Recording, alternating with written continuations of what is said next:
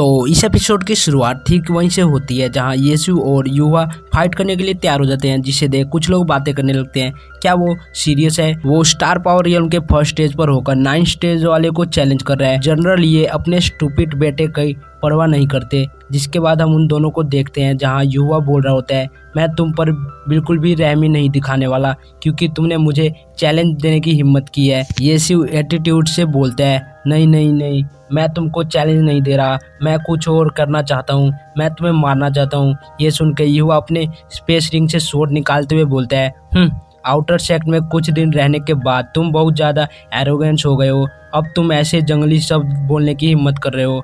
आज मैं तुमको हार का स्वाद चखाऊंगा। येसु बोलता है, तो तुम एक स्वॉर्ड मास्टर भी हो। फादर अपनी लॉन्ग स्वॉर्ड देना। तभी प्रिंसेस स्वानवे बोलती है, ब्रदर येसु आप मेरी स्वॉर्ड का यूज कर लीजिए। लेकिन अपना मेन कैरेक्टर उसे इग्नोर कर देता है, जिसे देख वो सदमे में चली जाती है। फिर मन में बोलती है, ब्रदर येसु ने मुझे अभी भी माफ़ नहीं किया है। एक दिन आपको मेरे इंगेजमेंट को तोड़ने का रीजन समझ में आ जाएगा। जिसके बाद वो रोने लगती है। फिर सीन शिफ्ट होता है जहाँ युवा बोल रहा होता है, येसु तुम्हारी हिम्मत कैसे हुई प्रिंसेस को इस तरह से ट्रीट करने की? तुम मरना डिजर्व करते हो। येसु बोलता है, इसकी कौन परवाह करता है? वो हंसते हुए बोलता है, अच्छा। जिसके बाद वो अपने स्वॉर्ड से अटैक करते हुए बोलते हैं, तुमने मुझे अब बहुत गुस्सा दिला दिया है, अब तुम मरो। येसु बोलता है, व्हाट अ कॉन्फिडेंट, ये मुझे भी आती है। जिसके बाद वो भी सेम टेक्निक से काउंटर अटैक करता है और उन दोनों का अटैक एक दूसरे से टकरा के खत्म हो जाता है। जिसे देख सभी मिनिस्टर हैरान होकर बोलते हैं, क्या उसने युवा के स्वॉर्ड एनर्जी को ब्लॉक कर दिया? वहीं दूसरी ओर येसु बोल रहा होता है, अगर तुम मेन कैरेक्टर नहीं हो तो तुम्हें उनकी तरह प्रिटेंड नहीं करना चाहिए। इससे तुम खुद को ही इम्बेरेंस कर रहे हो। वो बोलता है, मैंने तुमको कम आंक के गलत किया। जिसके बाद वो अपने आइज बॉडी फिजिक का यूज करने लगता है, जिसे देख प्रिंसेस और येसु के फादर हैरान हो जाते हैं। वहीं युवा बोल रहा होता है, अब मैं अपने फुल पावर का यूज करूंगा। जिसके बाद उसके पीछे एक आइस का बाइटन बन जाता है। वहीं उसकी कोल्ड एनर्जी से सभी मिनिस्टरों की कुल्फी जम गई होती है। वो कांपते हुए बोलते हैं, ये तो होली बॉडी रैंक के 500 रैंक पर आता है। तो यही कारण है कि जो नॉर्थर्न स्टार किंग ने युवा को अपना डिसाइपल बनाया। वहीं येसु बोलता है, क्या एक आइस फिजिक? तुमने मुझे ट्रैश कहा था ना, मैं अब तुम्हें वही शब्द वापस लौटाऊंगा, तुम्हें सिर्फ एक स्लेश से मारकर। ये सुन युवा गुस्से से चिल्लाते हुए बोलते हैं, तुम कुछ ज्यादा ही एरोगेंस हो रहे हो। जिसके बाद वो येसु पर अटैक कर देता है, जिससे उसके स्वॉर्ड से वही आइज पाइथन निकल के येसु पर अटैक करने बढ़ जाता है। येसु उस अटैक को देखने के बाद अपने शैडो स्टेप टेक्निक का यूज करके उसके अटैक को डॉज कर लेता है, जिसे देख युवा भी हैरान हो जाता है। तभी येसु अपने स्वॉर्ड में एनर्जी गैदर करके युवा पर अटैक करता है, जिससे उसके स्वॉर्ड से एक लेजर बीम निकल के युवा की ओर जाने लगती है, जिसे देख युवा पैनिक हो जाता है। तभी वो लेजर बीम उसके बॉडी से आर पार हो जाती है और युवा वहीं पर मारा जाता है। ये देख युवा का मास्टर बहुत गुस्सा हो जाता है और अपनी जगह से गायब होकर बैटल फील्ड पर आ जाता है। और उसने स्टेज के चारों ओर एक बैरियर बना दिया होता है ताकि कोई बीच में उंगली ना कर पाए। वो एल्डर बोलता है, येसु तुम्हारी हिम्मत कैसे हुई मेरे सामने मेरे डिसाइपल को किल करने की? आखिर तुमको इतनी हिम्मत दी किसने? येसु मैं तुम्हारी पूरी फैमिली को डिस्ट्रॉय कर दूंगा। येसु बोलता है, मेरी डिक्शनरी में अगर कोई पर्सन मेरी रिस्पेक्ट करता है तो मैं उसकी रिस्पेक्ट करता हूँ, अगर कोई मेरी रिस्पेक्ट नहीं करता तो मैं भी नहीं करता। तुम मेरी फैमिली को डिस्ट्रॉय करना चाहते हो, लेकिन क्या तुम्हारे अंदर ये एबिलिटी है? वो एल्डर बोलता है, लगता है तुम मरना चाहते हो। तभी उसके पीछे से सुप्रीम एम्परर बोलते हैं, ब्रदर नॉर्थ आइज आपको उसे माफ कर देना चाहिए, स्वॉर्ड की कोई आंखें नहीं होती। तभी वो एल्डर बोलता है, कैंगयांग ये मैटर मेरे टानयुन सीक्रेट प्लेस से है, मैं तुमको एडवाइस देता हूँ, तुम इसमें अपना टांग ना अड़ाओ। येसु ने अपने क्राइम को मान लिया है, ये एक आउटर डिसाइपल होकर होली सन को मारा है, मैं इसे नहीं छोड़ सकता। इसके लिए सिर्फ येसु मरना डिजर्व नहीं करता बल्कि इसकी पूरी फैमिली मरना डिजर्व करती है।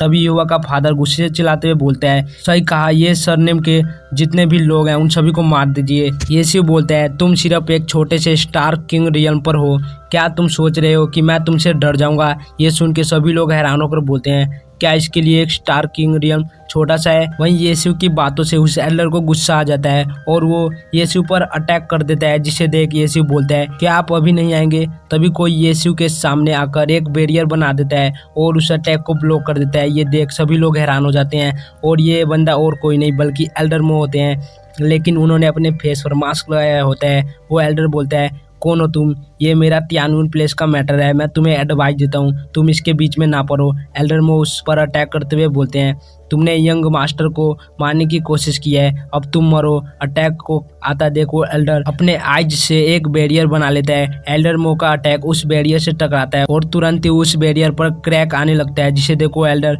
पैनिक हो जाता है। तभी वो अटैक बैरियर को तोड़ के एल्डर को लगने वाला होता है। हालांकि वो उसे डॉज कर लेता है, लेकिन इससे उसके गाल पर एक कट लग जाता है। वो बोलता है, क्या तुम तो स्टार होनर के हाफ स्टेप पर हो। और फिर घबराते हुए मन में सोचता है, इस बच्चे का ओरिजिन क्या है जो इसकी मदद स्टार होनर के हाफ स्टेप का पर्सन कर रहा है। तभी एल्डर मो उस पर वापस से अटैक कर देते हैं, जिसे देख वो एल्डर मन में बोलता है, छः जब तक ये ओल्ड मैन यहाँ पर है मैं येसु का कुछ नहीं बिगाड़ सकता। जिसके बाद वो वहाँ से भागने लगता है, जिसे देख येसु एल्डर मो से बोलता है, ओल्ड मो जल्दी करो, उसे भागने मत दो। ये सुन के एल्डर मो बोलते हैं, यंग मास्टर आप वेट करिए, और वो वहाँ से उस एल्डर के पीछे चले जाते हैं। वहीं येसु सोच रहा होता है, मुझे जल्दी करना होगा और जितना जल्दी हो सके मुझे प्रैक्टिस करके स्टार किंग रियल्म तक पहुंचना होगा। वहीं उसके फादर पीछे से बोलते हैं, लिटिल शिव ये सीनियर कौन थे। येसु बोलता है, वो केवल मेरे सर्वेंट हैं। तभी एम्परर येसु के फादर के पास आके बोलते हैं, हाउतियान क्या तुम हमसे कुछ छिपा रहे हो। येसु की आइडेंटिटी क्या है, जो एक हाफ स्टेप स्टार होनर का पर्सन केवल उसका सर्वेंट है। ये हाउटियन बोलते हैं, मेरे को भी इस बारे में कुछ नहीं पता। तभी एम्परर येसु से बोलते हैं, नॉट बैड, जब तुम्हारे फादर एक टाइगर हैं तो तुम एक डॉग नहीं हो सकते। येसु बोलता है, आप मेरी कुछ ज्यादा ही तारीफ कर रहे हैं। वहीं उनको ऐसे बात करता देख युवा के फादर को गुस्सा आ रहा होता है।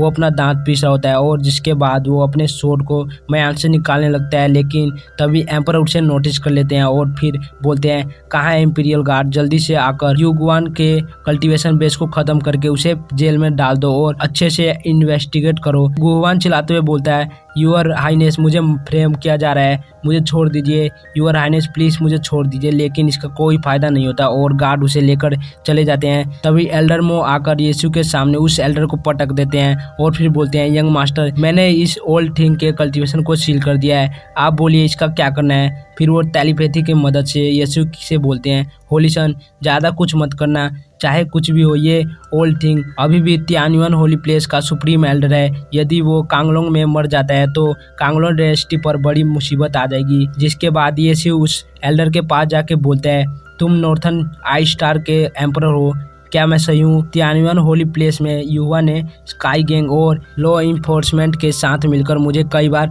नुकसान पहुंचाने की कोशिश की है और अब स्टेट सेरेमनी में उनका गुआन फैमिली फिर से मेरे फादर को नुकसान पहुंचाना चाहता है। तो तुम बोलो, क्या मुझे उसे नहीं मानना चाहिए था। वो एल्डर बोलता है, युवा को डिसाइपल एक्सेप्ट करते समय मुझे पता नहीं था उसका इस तरह का करेक्टर है।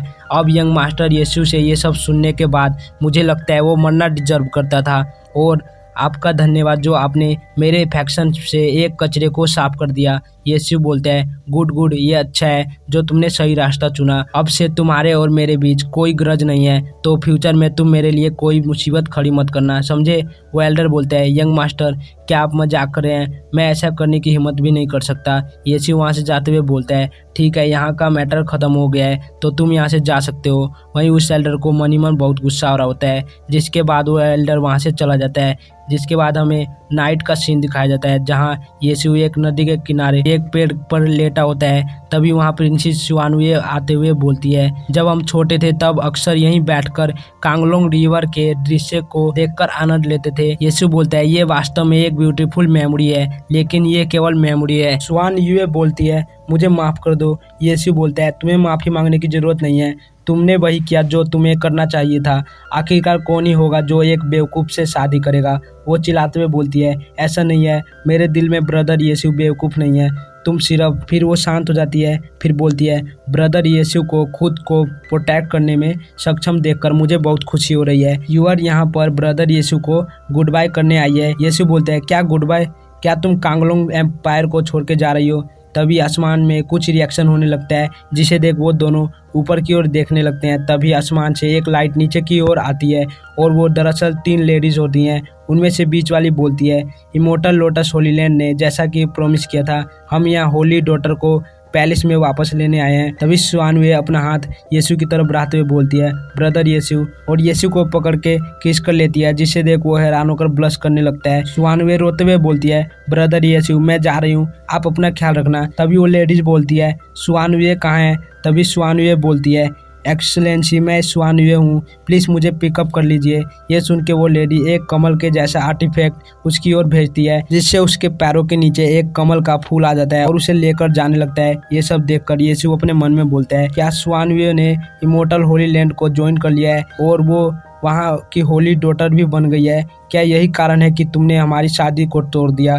तभी स्वानवे के आंसू यीशु के ऊपर आकर गिरते हैं, जिसे देख वो बोलता है, नहीं, यूर कोई ऐसी पर्सन नहीं है जो सेक्ट ज्वाइन करने के लिए हमारे मैरिज को तोड़ दे। जरूर कुछ ऐसा है जो वो मुझसे छुपा रही है। 9 ग्रेट होली प्लेस में से एक इमोर्टल लोटस होली लैंड भी आता है। स्वानवे, मेरा इंतजार करो, जब मैं बहुत पावरफुल हो जाऊंगा तब मैं इमोर्टल होली प्लेस में तुम्हें ढूंढने आऊँगा और तुमसे क्लियरिफिकेशन मांगूंगा। जिसके बाद हमें कुछ दिन बाद का सीन दिखाया जाता है, जहाँ यीशु ब्रेक थ्रू करने की कोशिश कर रहा होता है, लेकिन वो फेल हो जाता है, जिससे वो उदास होकर वहीं बैठ जाता है। तभी वहाँ एल्डर मो आते हुए बोलते हैं, कैंगलोंग डायनेस्टी से लौटने के बाद से होलीसन बहुत मेहनत कर रहे हैं। यीशु बोलता है, उस दिन मैंने एक दिन में 9 स्टेजों तक ब्रेक थ्रू कर लिया था, लेकिन अब कई दिनों के बाद भी मैंने एक भी ब्रेक थ्रू नहीं कर पा रहा। ये कल्टीवेशन करना बहुत हार्ड है। मैं कब ओल्ड मैन की तरफ स्ट्रॉन्ग बन सकता हूँ? एल्डर मो बोलता है, हे भगवान, मैं इतनी महत्वपूर्ण बात भूल गया।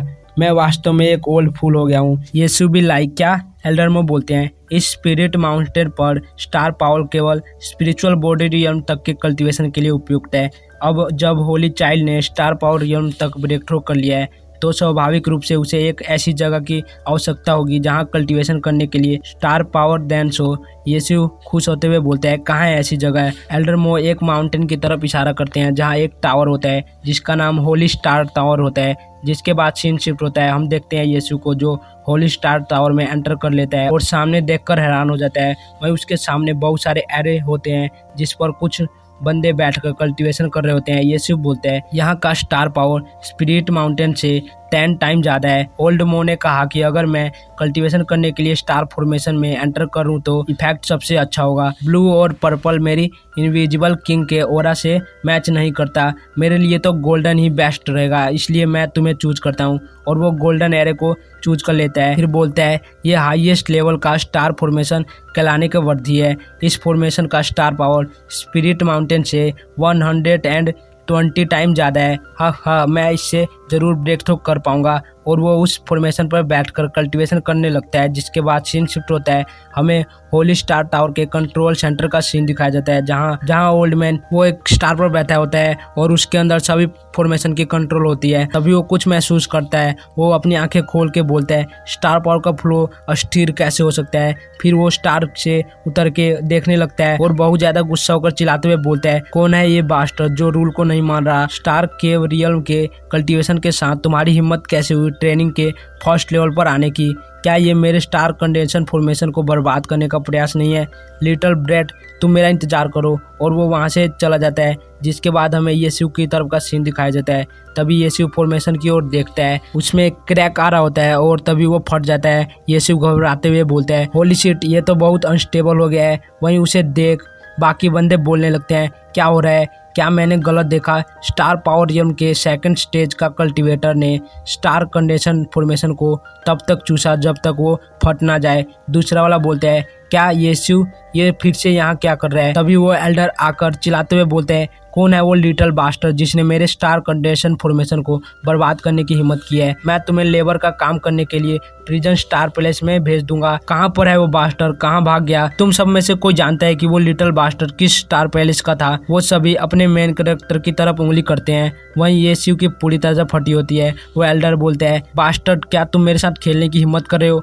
एक स्टार पावर रियल्म का कल्टीवेटर मेरा स्टार कंडेंशन फॉर्मेशन को तब तक कैसे चूज सकता है जब तक वो फट ना जाए? यीशु बोलते हैं, सॉरी एल्डर, मुझे उम्मीद नहीं थी कि ये स्टार कंडेंशन फॉर्मेशन मेरे 2 बार चूसने पर फट के अनस्टेबल हो जाएगा।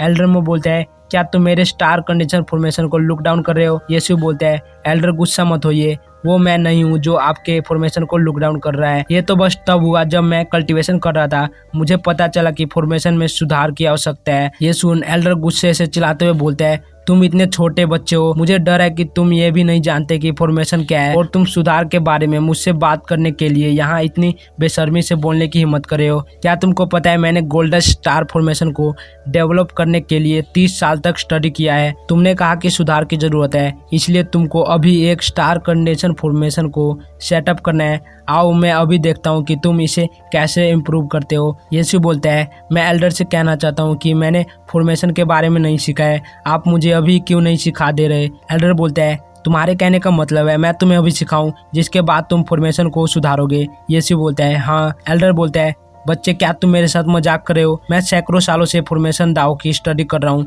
और मैं भी ऐसा करने की हिम्मत नहीं कर सकता। और यहीं पे एपिसोड खत्म होता है। मिलता है नेक्स्ट एपिसोड में, तब तक के लिए बाय बाय।